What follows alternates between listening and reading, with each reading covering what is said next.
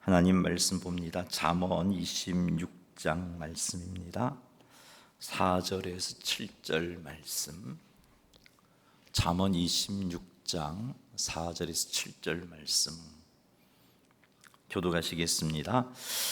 미련한 자의 어리석은 것을 따라 대답하지 말라. 두렵건대 너도 그와 같을까 하노라.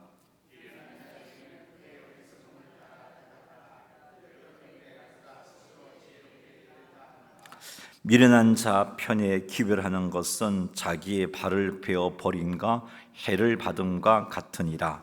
저는 자의 다리는 힘없이 달렸나니 미련한 자의 입의 잠언도 그러하니라. 아멘.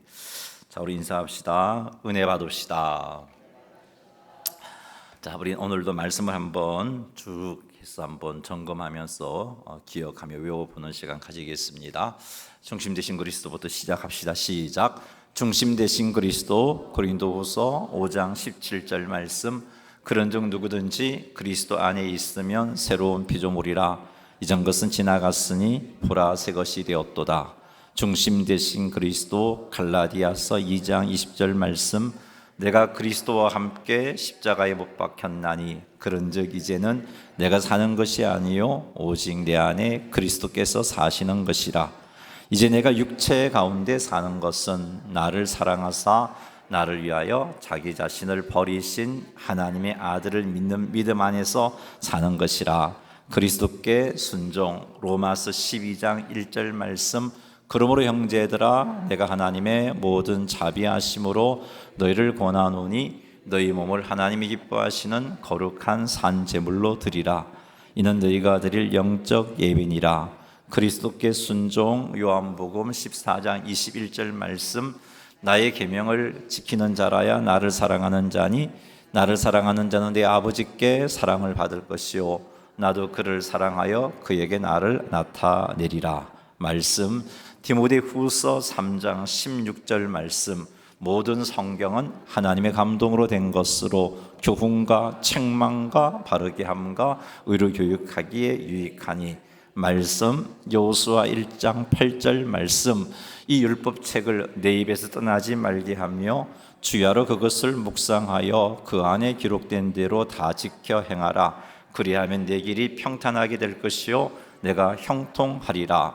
기도. 요한복음 15장 7절 말씀. 너희가 내 안에 거하고 내 말이 너희 안에 거하면 무엇이든지 원하는 대로 구하라. 그리하면 이루리라. 기도. 빌립보서 4장 6, 7절 말씀.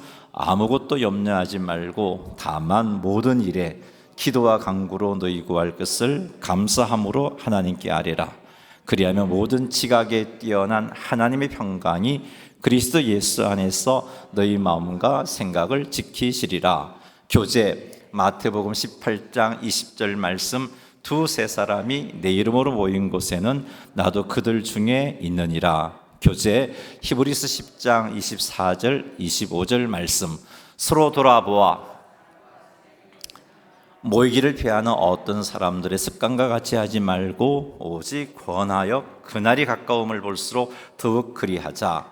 증거. 마태복음 4장 19절 말씀. 말씀하시되 나를 따라오라 내가 너희를 사람을 낚는 어부가 되게 하리라 하시니.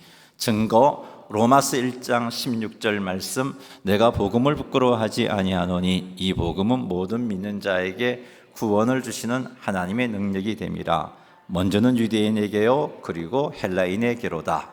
모든 사람이 죄를 범함. 로마서 3장 23절 말씀. 모든 사람이 죄를 범하였음에 하나님의 영광에 이르지 못하더니. 모든 사람이 죄를 범함. 이사야 53장 6절 말씀. 우리는 다 양 같아서 그릇 행하여 각기 제 길로 갔거늘 여호와께서는 우리 모두의 죄악을 그에게 담당시키셨도다. 죄의 형벌. 로마서 6장 23절 말씀. 죄의 삭선 사망이요 하나님의 은사는 그리스도 예수 우리 주 안에 있는 영생이니라. 죄의 형벌. 히브리서 9장 27절 말씀. 한 번 죽는 것은 사람에게 정해진 것이요 그 후에는 심판이 있으리니 그리스도가 형벌을 받음. 로마서 5장 8절 말씀. 우리가 아직 죄인 되었을 때에 그리스도께서 우리를 위하여 죽으심으로 하나님께서 우리에게 대한 자기의 사랑을 확정하셨느니라. 그리스도가 형벌을 받음 3장 18절 말씀. 그리스도께서도 단번에 죄를 위하여 죽으사 의인으로서 악인을 대신하셨으니 이는 우리를 하나님 앞으로 인도하려 하심이라. 육으로는 죽음을 당하시고 영으로는 살리심을 받으셨으니 선행으로 구원받지 못함. 에베소 2장 8절 9절 말씀. 너희가 그 은혜에 의하여 믿음으로 말미암아 구원을 받았으니 이것이 너희에게서 난 것이 아니요 하나님의 선물이라. 행위에서 난 것이 아니니 이는 누구든지 자랑하지 못하게 함이라. 선행으로 구원받지 못함. 디도서 3장 5절 말씀. 우리를 구원하시되 우리가 행한 바 의로운 행위로 말미암지 아니하고 오직 그의 긍휼하심을 따라 중생의 시선과 성령의 새롭게 하심으로 하셨나니 그리스도를 모셔야 함. 요한복음 1장 12절 말씀. 영접하는 자 곧 그 이름을 믿는 자들에게는 하나님의 자녀가 되는 권세를 주셨으니 그리스도를 모셔야 함. 요한계시록 3장 20절 말씀. 볼지어다 내가 밖에 서서 두드리오니 누구든지 내 음성을 듣고 문을 열면 내가 그에게로 들어가 그와 더불어 먹고 그는 나와 더불어 먹으리라. 구원의 확신. 요한일서 13절 말씀. 내가 하나님의 아들의 이름을 묻는 너희에게 이것을 서는 것은 너희로 하여금 너희에게 영생이 있음을 알게 하려 함이라. 구원의 확신. 요한복음 5장 24절 말씀. 내가 진실로 진실로 너희에게 이르노니 내 말을 듣고 또 나 보내신 이를 믿는 자는 영생을 얻었고 심판에 이르지 아니하나니 사망에서 생명으로 옮겼느니라. 아멘. 네, 수고하셨습니다. 자, 오늘은 잠언 26장 4절에서 7절 말씀을 가지고 하나님의 자녀에게서 원하시는 대화법, 그리고 또 하나님의 말씀을 맡은 성도로서 어떤 자가 되어야 하는지에 관한 그런 지혜를 주는 말씀인데, 이 말씀을 통해서 또 하나님께서 기뻐하시는 모습으로 말도 하고 또 생활도 하는 우리가 되었으면 좋겠습니다. 4절 한번 읽어보겠습니다. 시작.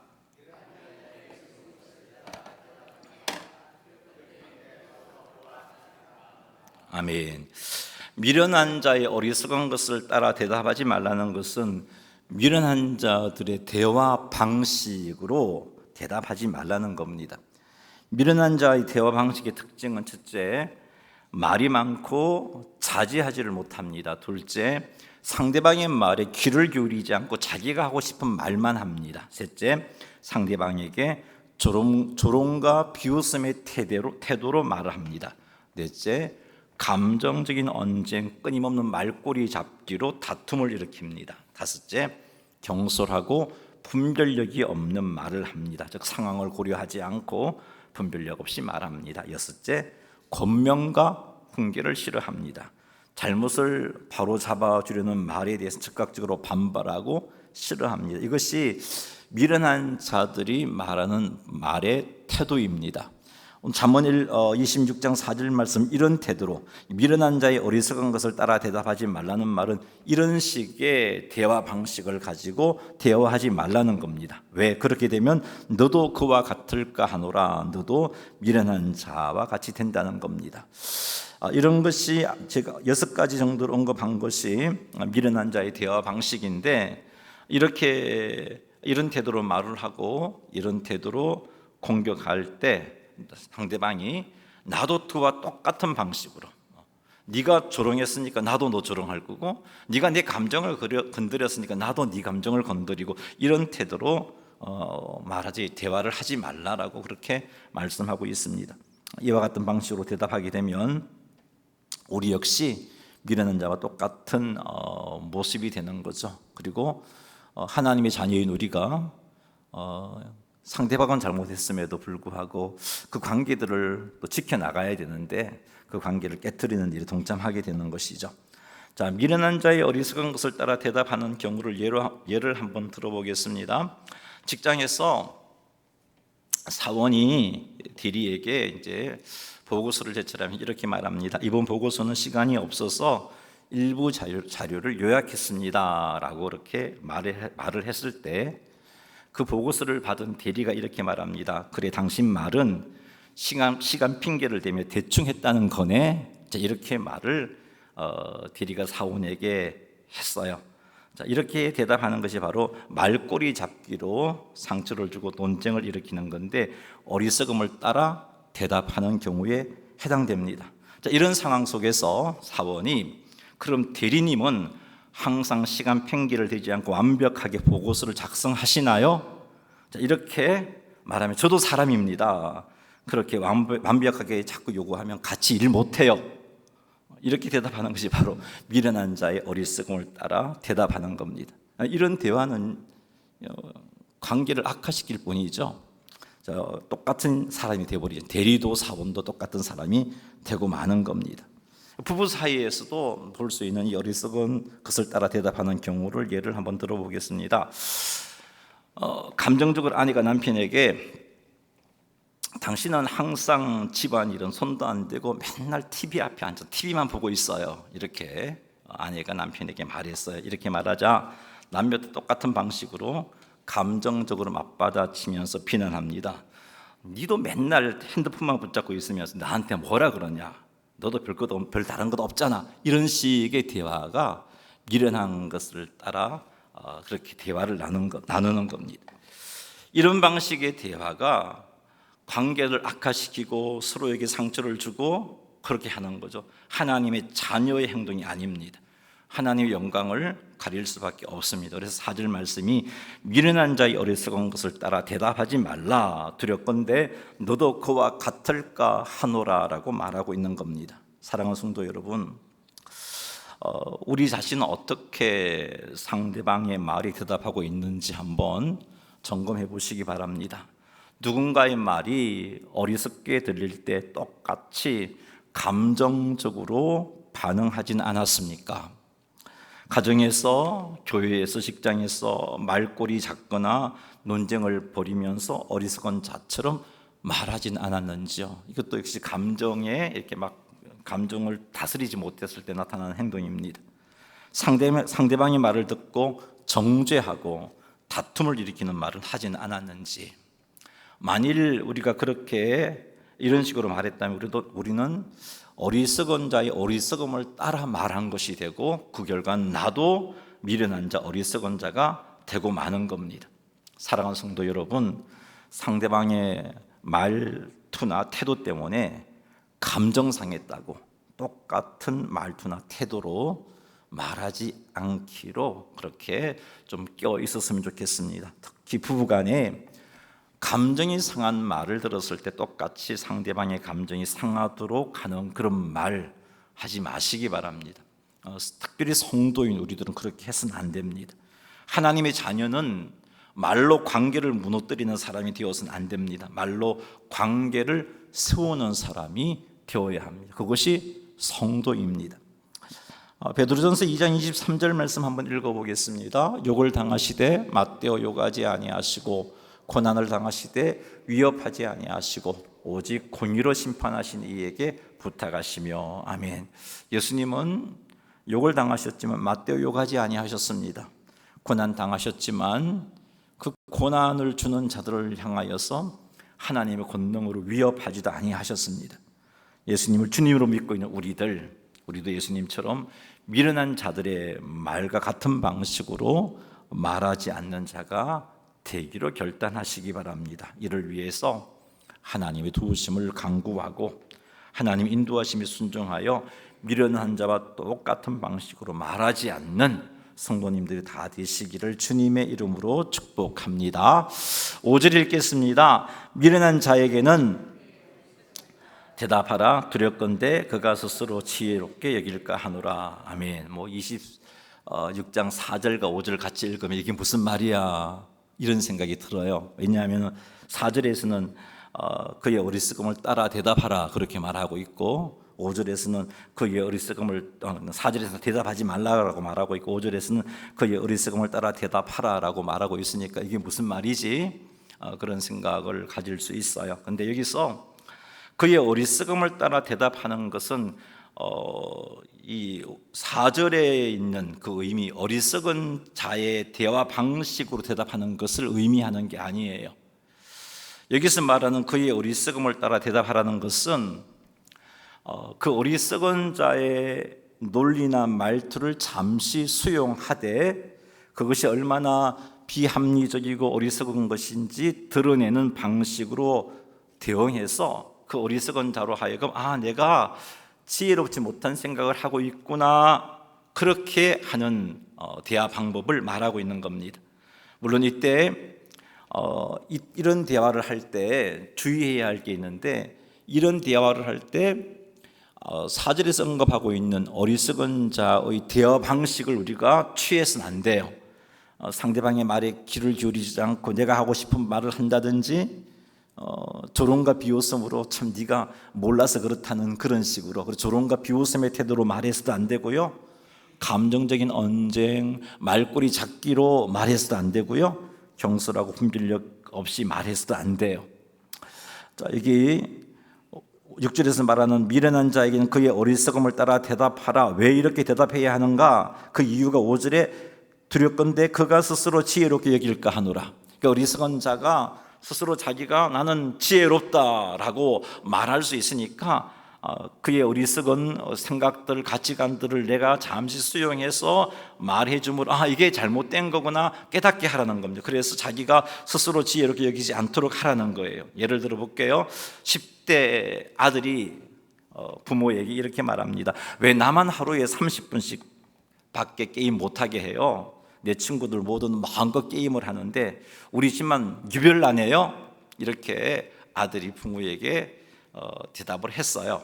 그러니까 이제 이 아들의 말에 대해서 부모는, 그래, 우리 집이 네 말처럼 유별나게 느껴질 수 있겠다.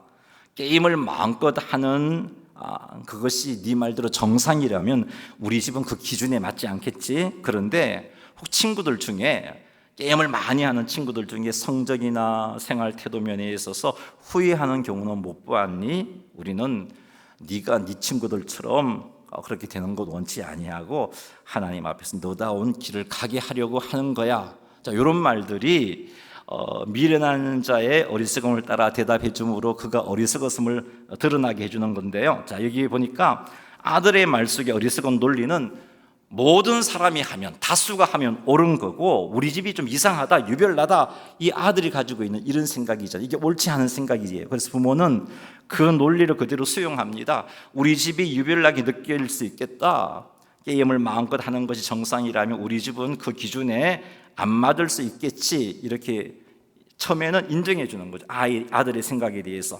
그리고 나서 게임을 많이 함으로 시간을 제대로 잘 사용하지 못해서 공부할 시간도 빼앗기게 되고, 그러다 보면 또 성적도 그렇고 생활 태도도 후회하는 일들이 생겨나잖아요. 그런 것을 언급해 주므로 아들의 생각이 어리석은 거다라고 깨닫게 해주는 거예요.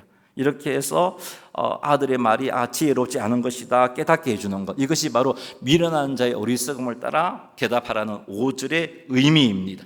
이렇게 했을 때 아들이 내가 잘못 생각했구나 알 수 있단 말이죠. 그런데 아들이 이렇게 말할 때 말대꾸도 하기 싫다고 무시해버리고 대답도 안 해주고 대꾸도 안 하고 그냥 그렇게 해버리면은 그 아들은 자기 생각이 옳다라고 생각해, 스스로 지혜롭게 여길까 두렵다, 그런 말씀이 그런 의미인 겁니다. 그래서 어리석은 자의 말에 대해서 그 어리석음을 따라 대답하라고 오늘 5절이 그렇게 말씀하고 있습니다. 그 어리석음의 논리를 그대로 수용해서 그것이 옳지 않음을 드러내 주라는 거죠. 그의 어리석은, 근데 이때 앞에서도 이야기했지만 4절에서 말하는 어리석은 자의 어떤 방법, 말의 태도, 말 방법들, 경솔하고 무시하고 상대방의 이야기를 듣지 않고 내 말만 이야기하는 이런 방법으로 말하게 되면 결코 우리가 원하는 그런 결과를 얻을 수가 없습니다. 누군가 나에게 어리석은 말을 할 때 감정적으로 우리는 반응하지 말아야 돼. 5절과 같은 말을 하려면. 그렇다고 단지 참아서도 안 되고 그 말을 무시하는 것도 아니에요. 그냥 참고 무시한다면 그 사람은 자기가 옳다라고 생각해 버릴 수 있기 때문입니다. 참거나 무시하면 스스로를 지혜롭게 할 수 있으니까 상대방의 논리를 따라가면서 그것이 스스로 내가 잘못 생각했구나 깨닫도록 도와주라는 겁니다. 자, 이렇게 하기 위해서는 하나님께 지혜를 구해야 돼요.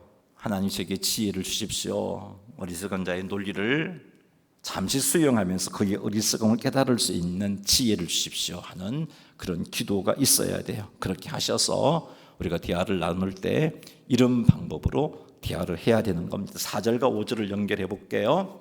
우리가 어리석은 자와 대화를 할 때 어리석은 자가 말하는 그 말의 방식을 따라서 말하지 말아야 돼요.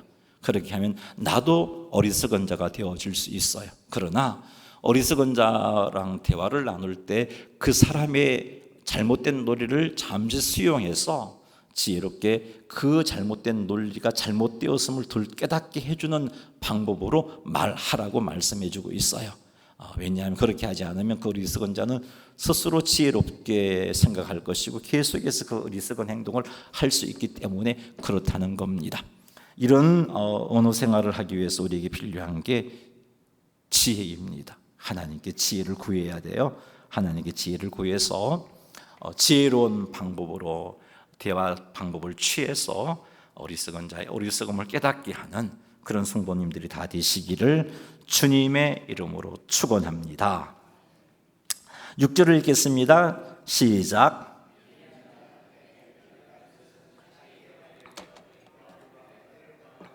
아멘. 미련한 자 편에 기별을 한다는 것은 중요한 메시지를 전달할 임무를 미련한 자에게 맡긴다는 뜻입니다. 여기서 미련한 자는 단순히 어리석은 자를 의미하는 게 아니고요. 잠언에서 미련한 자는 항상 기억하십시오. 하나님의 말씀과 지혜를 멸시하고 하나님의 말씀과 지혜를 멸시하니까 그 하나님의 말씀과 지혜를 따르지 않겠죠. 따르지 않으면서 자기 생각으로 고집을 피우는 자가 미련한 자입니다. 이런 자에게 중요한 메시지를 전달하는 임무를 맡기는 것이 뭐와 같냐? 발을 베어버린가 해를 받은 것 같다라고 말씀하고 있습니다. 여기서 발을 베어버림은 스스로 자기 몸을 해친다는 뜻이고요. 뒤에 나오는 해를 받은 것도 그 말을 통해서 그렇게 미련한 자의 기별을 주게 되면은 제대로 전달하지 못하고 오해도 생길 거고 결국은 해를 당하게 된다. 같은 의미의 말입니다. 그래서 메시지를 미련한 자에게 맡기는 것은 결국은 파괴적인 결과를 가져온다는 내용이 오늘 6절의 말씀입니다. 이 말씀을 통해서 깨닫게 되는 교훈은 하나님의 말씀이나 중요한 책임을 미련한 자에게 맡기는 것은 큰 해를 당하게 된다 하는 것을 우리에게 교훈해 주고 있습니다. 그러므로 교회에서 직분자를 세울 때 그 사람이 하나님의 말씀과 하나님의 지혜를 따르는 자인지를 살펴야 돼요. 성품이 아무리 좋아도 하나님의 말씀과 지혜를 따르지 않고 자기 생각을 따르는 사람이라면 이 사람은 미련한 자이고 이 사람에게 직분을 맡기게 되면 그 공동체는 어려움을 겪게 되어 있습니다. 아무리 오랫동안 교회에 출석을 했다 할지라도 그 사람이 하나님의 말씀과 지혜를 따르지 않는 완고한 사람이라면 그 사람을 직분자로 세워서 안 된다는 것을 우리는 알 수 있습니다. 또 이 말씀을 우리는 직분을 맡은 사람에게도 적용해 볼 수 있겠죠. 직분을 맡은 있는 나 자신에게도 적용해 볼 수 있습니다. 목사, 장로, 안수집사, 권사의 직분을 맡은 자들이 스스로를 한번 점검해 보셔야 되겠죠. 하나님의 말씀과 하나님의 지혜를 내가 따르고 있는지 아니면 내 생각, 내 경험을 따르고 있는지. 만일 목사인 내가 하나님의 말씀을 따르지 않고 하나님의 지혜를 따르지 않고 내 생각, 내 경험, 내 가치관을 따라서 목사의 이 직분을 감당한다면 나도 해를 당하게 될 거고 내가 목회하고 있는 교회도 어려움을 겪게 된다는 것을 우리는 이 6절 말씀을 통해서 깨닫습니다. 계속해서 하나님의 말씀을 들음에도 불구하고 그 말씀에 순종하지 않고 자기 생각, 자기 계산, 자기 계획을 따라 그 말씀을 외면하고 내 생각조차 살아간다면 이 사람 역시 미련한 자이고 이 사람의 모습으로는 하나님께 주신 귀한 직분을 제대로 감당하지 할 수가 없다는 것을 우리는 깨닫게 되는 것이죠. 자, 이런 모습이 직분자인 나에게 있다면, 사랑하는 직분자 여러분, 이런 모습 내려놓아야 돼요. 이런 모습을 유지하고서는 하나님께서 주신 직분을 온전히 감당할 수가 없습니다. 이런 모습을 유지하게 된다면 직분자인 내가 오히려 교회를 어렵게 만드는 결과를 낳게 되는 겁니다. 사랑하는 성도 여러분, 그러니 직분자인 우리들이 스스로를 한번 돌아보시고, 내가 하나님 말씀, 하나님의 지혜를 따르지 않고 내 계산, 내 생각, 내 판단을 따르고 있다면 멈추고 하나님 말씀 앞에 순종하는 그런 삶을 살기로 결단하시는 여러분 되시기를 주님의 이름으로 축원합니다. 그리고 앞으로 우리가 직분자를 세울 때 그 사람이 하나님의 말씀과 하나님의 지혜를 따르는 사람인지를 살펴보셔야 돼요. 직분을 맡은 직분자도 마찬가지고, 또 직분을 세울 자들을 세울 때 가질 가치관도 마찬가지고 항상 살펴보셔야 돼요. 내가 하나님 앞에, 하나님 말씀 앞에 순종하지 않는 그런 모습이 있다면 그건 내려놓으시고, 손해본다 할지라도 하나님의 말씀과 하나님 지혜 앞에 내 뜻을 내려놓고 말씀과 지혜에 순종하셔서 직분을 맡은 자로서 하나님께 온전히 헌신하고, 또 직분을 세울 때도 이런 자를 세워서 우리 교회가 건강한 교회로 세워지게 되기를 주님의 이름으로 축원합니다. 7절 말씀도 읽어보겠습니다. 저는 자의 다리는 힘없이 달렸나니 미련한 자의 입에 잠언도 그러하니라. 아멘. 전원자의 다리는 힘이 없이 달렸다는 것은 전원자의 다리는 제 기능을 하지 못한다는 거예요. 다리를 가지고 있지만 제 기능을 하지 못하겠죠. 이와 마찬가지로 지혜의 말씀인 잠언이라 할지라도 미련한 자의 이 잠언은, 미련한 자에게 있는 이 잠언은 제 기능을 발휘할 수 없다고 말하고 있습니다. 미련한 자가 지혜의 말을 한다 할지라도 그 말의 의미가 제대로 전달되지 않을 것이고, 전달되었다 할지라도 효과를 발하지 못하는 것이 된다는 의미가 미련한 자의 입에 잠언도 그러하니라의 의미인 겁니다.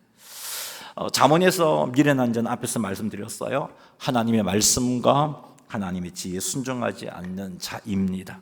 하나님의 말씀보다, 하나님의 지혜보다 자기 판단, 자기 생각, 자기 계산을 따르는 자가 미련한 자인 거예요. 이런 자가 지혜의 말을 하게 되면 그 말이 제대로 전달되지도 않고 그 지혜의 말이 효과를 발휘하지 못하게 된다는 것이 오늘 읽은 잠언 26장 7절의 의미입니다. 그러므로 말씀을 전하는 목회자, 셀 리더, 교사들, 하나님의 말씀과 하나님의 지혜에 순종하는 삶을 살아야 되는 겁니다. 자기 생각, 자기 계산, 자기 판단을 내려놓고 하나님의 말씀과 하나님의 지혜를 따르는 삶을 살아야 된다는 겁니다. 그래야 전달하는 그 말이 능력을 발휘합니다. 제 기능을 발휘하게 됩니다. 사람들에게 그 말씀을 제대로 전할 수 있고, 전해진 말씀이 그 사람을 변화시키는 역사가 일어나는 겁니다. 세상에 복음을 전해야 할 성도들에게도 필요한 것이 바로 하나님의 말씀과 지혜를 따르는 자세입니다. 그렇지 않다면, 미련한 자의 모습을 갖춘다면 우리는 세상을 향하여 제대로 복음을 못 전합니다.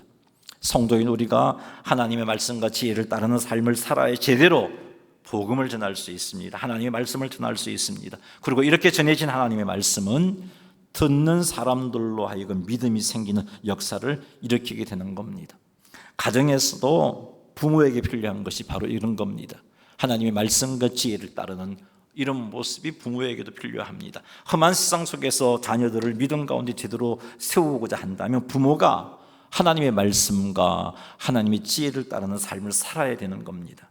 그래야 부모의 입에서 나오는 지혜의 말씀이 자녀들에게 제대로 전달되어지고, 부모의 입에서 나오는 하나님의 말씀이 자녀를 변화시킬 수 있게 되는 겁니다.